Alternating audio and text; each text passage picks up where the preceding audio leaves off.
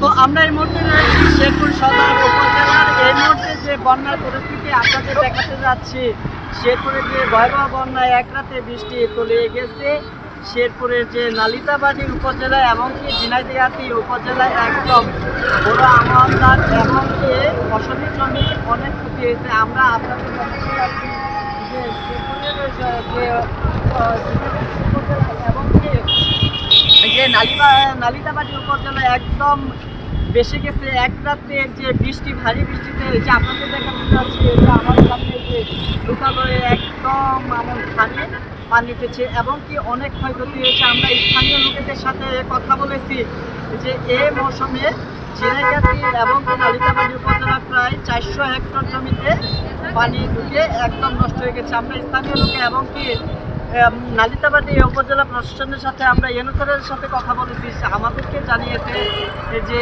এবার যে বৃষ্টিতে যে ক্ষয়ক্ষতি হয়েছে এ ব্যাপারে এখনও কোনো সিদ্ধান্ত নেই প্রশাসন তাদেরকে সহযোগিতা করবে। তা আমার কাছে শেরপুর থেকে সর্বশেষ।